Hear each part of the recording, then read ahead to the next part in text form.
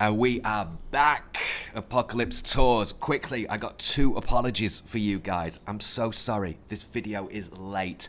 I had to relocate on 2 days' notice. But I'll just show you this. More to come, but welcome to Bangkok, Thailand. That's the new backdrop.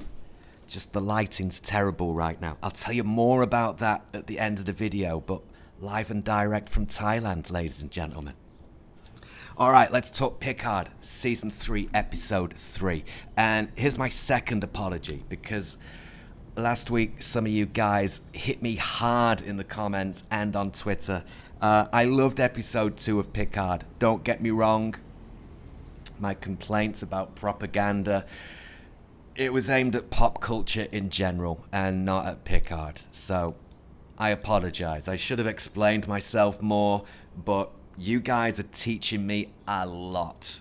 So keep those comments coming, because I'm still learning and you guys are teaching me. All right, let's hit this. Picard, Season 3, Episode 3. It was incredible. It was excellent. I watched it last night. I had to watch this late because of all the moving. I couldn't get my Picard. It's Tuesday, Bangkok time right now. So I watched this Monday night. Oh, I'm chilling out. I'm getting into the video now. I'm re-recording this. The last one didn't work. Ooh. Anyway, I watched this last night. I watched it on a projector through headphones. And if you've never watched anything on a projector through headphones before, you gotta do it. It's such an intense experience. It was fantastic. What a great episode. I've got notes. It's all what I loved this week, because I loved everything. What a great episode of TV that was. What do you guys think? Do you love it as much as I did? Yeah, let me know. Okay, let's hit the big points. I've got my notes. Let's go for it. So, Riker. I gotta start with Riker. He's been fantastic. Jonathan Frakes, 3 episodes. I caught he directed this one, didn't he? He's been fantastic.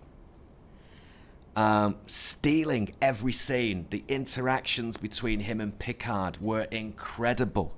Last week I accused Patrick Stewart of needing a vitamin B injection before every scene. I stand by that. But Patrick Stewart clearly had his vitamin B injections in full force, because he was fantastic this week. I loved the interactions. I loved the number 1 joke. That was fantastic. Once Riker got made captain, I just loved that scene when they were sat with each other on the bridge. The interaction was incredible. You can tell this is 2 actors with just years of experience working together. They just vibed off each other absolutely perfectly. I loved the camera work. I thought some of the shaky cam, some of the movement was excellent. It just fits so well. Everything they're doing here is just simple and perfect in every single way. Now, I understand why some of the Trek fans out there are a little bit upset. Some of the language is a little fruity. We're getting a few swears. We had a Ferengi getting beheaded last week. I get it. People are saying this isn't my Trek. Let me just clear something up. I used to love TNG. I used to rush home from school and watch it on cable TV in the UK. I've watched every episode of TNG multiple times as an adult. I love the show. But I'm no expert. Yeah, I'm not one of these aficionados who can tell you everything about the show. I just enjoy it. It's great entertainment. And I'm loving this right now. I'm really loving it. It was great watching it in Bangkok, Thailand, I gotta say. I'm gonna tell you more about that pretty soon. But let's just hit a couple more points here, because there's not a lot to talk about within this episode, because it was just so good. You know, if you've watched it and you loved it, What is there to say apart from I can't wait for episode 4? Worf. Let's talk about Worf. Within about 30 seconds of Worf being on screen this week, I was thinking, Spock. I love this mature, thoughtful, chilled out, zen-like Worf that we've got. I'm really relating to that. You know, I used to watch this show as a kid, as a teenager, and now I'm an older adult, and I myself are more thoughtful, chilled out. I really loved seeing Worf.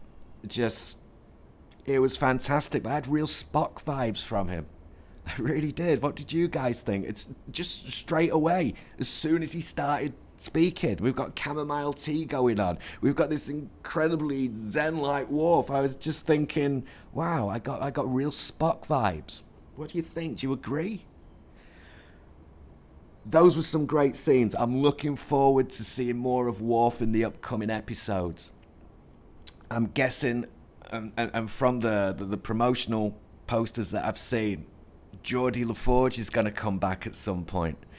What kind of Geordie are we going to get? Who else is going to appear? Because I'm trying to avoid all of the marketing and the speculation and the talk about this show. I just want to watch it cold and be really surprised. The scenes with Jack Crusher. The writing in this show is so good at the moment. I actually thought for a minute, are they going to kill him off? They could do that. It's possible. You know, normally you see main characters having that near-death experience and you know they're going to be back next week. But I actually felt tension. I was thinking, you know, they could actually kill him in this scene. And that would be great. But he came back. So he's got a bigger role to play within the story. I'm fine with that. It's great. It's so good and it's so entertaining. The DS9 references. The Changelings are back. Talk of the Dominion. It's just incredible. And I'll be honest with you guys. I watched DS9 back in the day when it aired on cable in the UK. And I loved it. I've not watched it since. Now, just off the back of this episode, I'm thinking, you know, have I actually got the time to kick back and binge every episode of DS9? Because that's what I really want to do right now. It's just everything is being set up so well. And my final point on Picard before I move on and I tell you a little bit about Bangkok. My final point, the portal gun. Yeah? So simple. What a simple idea. How brilliantly executed it was. It was just fantastic. I just loved the way the ship just kept zipping through the portal and boom, back where it started. Just simple, perfect, great sci-fi. And that scene at the end when they came back through and all the torpedoes hit them. Fantastic. One question I do have was the scene at the end where Picard is disgraced and dismissed by Riker. Have we seen this before in the earlier seasons of Picard?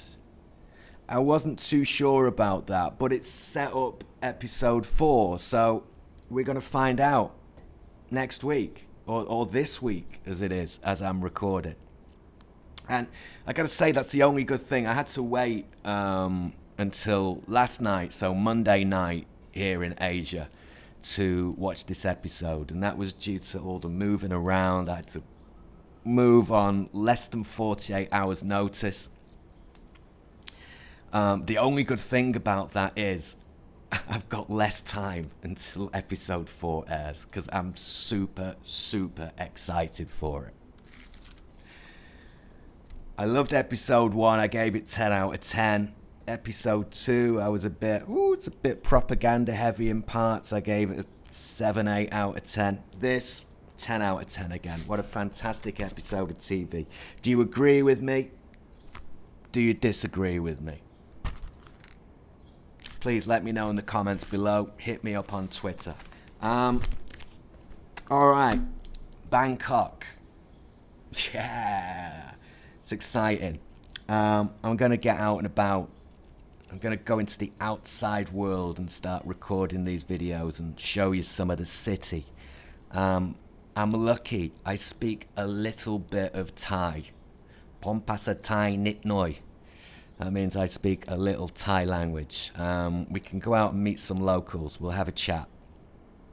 I'm staying in a very traditional and local part of the city. This isn't a tourist area. The people who live here are mostly local. It's a very working class district. I'm staying in very humble dwellings. I'll tell you more about that in future videos. So I'm not going to be putting my camera in people's faces, and I'm not going to be going to the... Don't worry, I'm not going to turn into a travel vlogger and start going to the top TripAdvisor sites in Bangkok and going, wow, it's amazing, it's fantastic. I'm making the videos that everybody else is making.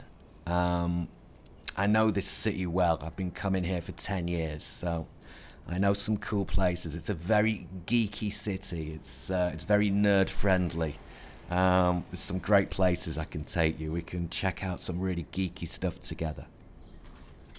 I'll show you some local parts of town as well, but I won't be getting in people's faces and looking into people's homes and things like that. I find it very disrespectful, so I'm not going to be doing that. We're going to see a whole new side of Bangkok. I'm going to try and bring something a little bit different to ranting about popular culture and the state of the world. You should hopefully, if my editing's good, be seeing some little clips of my local area about now. This is where I'm staying. There's a little temple. Yesterday was a religious holiday, so everything was closed. You couldn't buy alcohol anywhere in the city, which I'm fine about. I'm 1 year sober, so things like that don't bother me. But it's very peaceful. It's very beautiful. I live next to the water. If I want to go into the city, I take the little boat, and yeah, we'll go for a boat ride. Maybe we'll do the next Picard review from the boat. How does that sound? That would be fun. If you guys want any information on where I'm staying, or you can think of anything you'd like me to show you, hit me up in the comments, catch me on Twitter. If there's anywhere you want me to go, I'll go there for you guys. I'm at your disposal, basically. Thank you to everybody who interacted with me over the last week when I've not been able to make videos. Thanks for your support. It means the absolute world to me. I'm going to make a video over the next couple of days. I'll explain the situation. It was a really strange time in my life, to say the least. There's a good story there. It's entertaining. Don't worry. I'm not here to bore you. I've got my sunglasses. It's hot as hell. It really is. It's so hot right now. It's well over 100 degrees Fahrenheit. We're entering the hottest time of the year. Alright, I'm going to get out of here. I've taken too much of your time already. I'll give you one fun fact about Thailand before I leave. The hottest time of the year is April. It's not the summer. The hottest month of the year here in Thailand is April, and the reason behind that is there are only 2 seasons. We don't have winter, summer, spring and fall. We have the wet season and the dry season. Now, the dry season is in the winter and the wet season is in the summer. And in the part that leads up to the wet season, it's the hottest time of the year. It's because the monsoon comes in and the humidity starts to rise and the rains release the humidity. So across March and April, it gets well over 100 degrees every day. for virtually every minute of the day. In Celsius, it's usually 44, 45 degrees in the daytime at that time of year. It is cooking. So yeah, I'm a bit sweaty. We've got an AC unit in here, but it sounds like an aeroplane taking off, so I can't use that when I'm making videos. And there's a fan here which makes a ton of noise, so I'm sat here in the hot, sweating. So if you see me turning red and all the water starting to drip from me, it's because it's hot. Alright, I've taken too much of your time. The first video this morning was much better, but the lighting was terrible and you couldn't see me. I was just some weird shadow on the screen. Maybe I'll put it out as a podcast. Because I said this much better the first time. What can you do, huh? Alright. Peace and love, people. Have a great day. And I'll see you in the next one. I'll put a video out later. I'll show you my local neighborhood. You might be able to hear the boat in the distance. Alright, take care. Catch you in the next one. This is Apocalypse Tours. We are out. Alright, put the sunglasses on now. So blind, I can't read the notes without the glasses on. Whew. So good to be here. Bangkok, yes.